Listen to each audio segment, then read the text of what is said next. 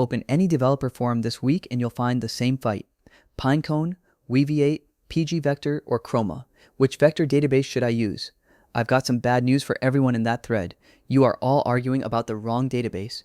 Because the one quietly winning the AI race isn't new at all. It's 25 years old and it's already on your machine. It's sqlite. sqlite isn't just old, it's the most deployed database on Earth. The best estimate is over 1 trillion of them running right now. It's inside every Android phone, every iPhone, every Mac, and every browser tab you have ever opened. You are surrounded by it. And here's what changed.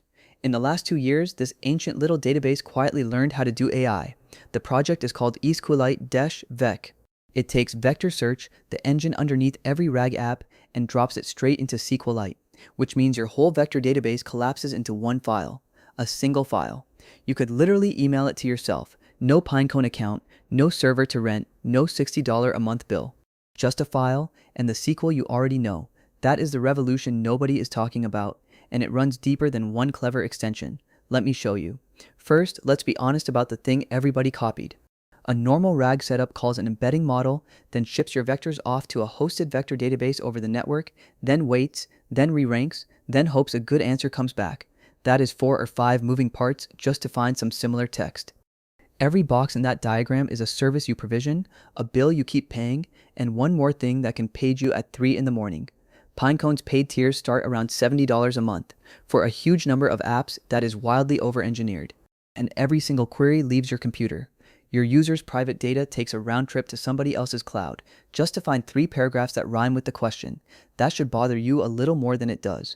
Now, the sharp teams already sense this. They moved to pgvector, bolting vectors onto Postgres so they could stop running a separate service. Good instinct. sqlite just takes that same instinct one giant step further. No server at all, because sqlite is already inside your app. Same process, same memory, 0 network hops. No connection string, no API key, no cold start. It is just sitting there, waiting to be used. So what does sqlite-vec actually look like? You create a virtual table and tell it your embeddings are, say, 768 numbers wide. One statement and you have a working vector store. Then you insert those embeddings right next to your normal columns. Same table, same file, one plain insert. Your text and its meaning finally live in the exact same place. And to search, you write a select. Match against a query vector, order by distance, limit 20. That is a full nearest neighbor search, the exact thing you are renting a whole platform for, and it is just SQL. Sit with that for a second. No new query language, no SDK to learn, no proprietary vector dialect. If you can write a select statement, you already know how to do retrieval. And because it is a real database, you can filter by metadata in the same query, user ID, date, a tag, and then rank by similarity. Try doing that cleanly in a bolt-on vector service, and you'll be there a while. Here's the part one genuinely love. The old version, sqlite-vcs, was a nightmare to compile. Alex Garcia threw it out and rewrote everything as one C file with 0 dependencies. You copy it in, and it just runs. There's a companion piece too. With a sister extension, you can run the embedding model itself inside sqlite. Raw text goes in, vectors come out. The entire pipeline living in a single process. Worried about size? It can store each vector as compact bytes, or even single bits, with a matching distance function. That is millions of vectors packed into a file small enough to sync over a phone connection. You pick the distance that fits the job. Straight line for raw closeness, cosine for direction, or Hamming for those bit vectors. The knobs a real vector database hands you right inside a select. And the same file, byte for byte, runs on a laptop, a server, a $5 Raspberry Pi, and the phone in your pocket. You write it once, and it goes wherever SQLite already is, which is, again, everywhere. My favorite trick of all, compile it to WebAssembly and it runs inside the browser. The whole retrieval step happens in the tab. Nothing, and I mean nothing, ever leaves the user's device. Now the honest catch. sqlite-vec checks every vector one by one. Pure brute force, no fancy index yet. On a normal laptop, that is still tens of milliseconds into the hundreds of thousands, even a few million rows. Push past that and you'll want a dedicated engine, and that is completely okay. It's not a Python-only toy either. Alex shipped bindings for JavaScript, Go, Rust, and Ruby. Basically every language you'd actually reach for on a real project. But keep coming back to that one file idea, because it is genuinely wild. Your data, your embeddings, and your search index all live in a single file you can copy, drop into Git, back up, or ship inside your app's binary.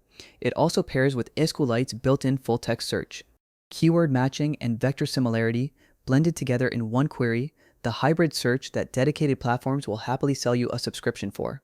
Add all of this up and you get local first AI, a private assistant that works on a plane, a search box that costs you exactly 0 to run, retrieval with no cloud anywhere in the picture, and you're not trapped offline either. The libSQL crowd added embedded replicas, read locally at memory speed, then quietly sync the same file up to the cloud in the background. You get both at once. Cloudflare saw this coming years ago. Their database, D1, is just sqlite, running across hundreds of cities on the edge, generally available since 2024. Millions of little databases spread across the planet, each one a plain sqlite file you already know how to query. So your database can now live a few milliseconds from every user alive, and it is still just a sqlite file underneath. Take a second and let that sink in, and then AI agents showed up and broke the math completely. An agent doesn't want one giant shared database, it wants its own. A private memory for every user, every session, every single task. Thousands of tiny databases spun up in a millisecond and thrown away seconds later. One company looked at that and had a genuinely contrarian thought. The old question was, how big can a single database get? The new question is, how many can you create, and how fast? That company is Turso, and they had been circling this for years. First, they forked SQLite into libSQL, the open version its authors never allowed, and then they went a lot further. Their next move is a little bit insane. They are rewriting SQLite from scratch, in Rust, fully in the open, built from day one for the age of agents, and they went straight at SQLite's biggest weakness. For 25 years, only one thing could write to it at a time. Turso shipped true concurrent writes, up to 4 times faster, the feature people begged for and never got. That is not the only thing. 1 year in, they have also shipped native vector search, change data capture, full text search, live encryption, materialized views, and a build that runs right in the browser. This is a serious database now, not a weekend science project. And how do you trust a from-scratch database with your data? You test it the way the aerospace and FoundationDB people do, simulating millions of chaotic failures deterministically before it ever ships. That is the bar, and the number they're building toward is not a typo. Not thousands of databases, not millions, billions, roughly 1 per agent, per user, per whatever comes next. Over 200 people are contributing, and half the core team is from outside the company. After 25 years of a famously closed codebase, SQLite is finally being rebuilt in the open, and this is not some fringe experiment. It's how Simon Willison's tools log every model call, how mobile apps ship a searchable database inside the download, how on-device AI is quietly being built right now, today. So am I telling you to delete Postgres? No. At real scale, with heavy filtering and billions of vectors, a dedicated database still wins. SQLite plus AI does not replace everything, and it doesn't need to. But that was never the point. The revolution isn't some shiny new database.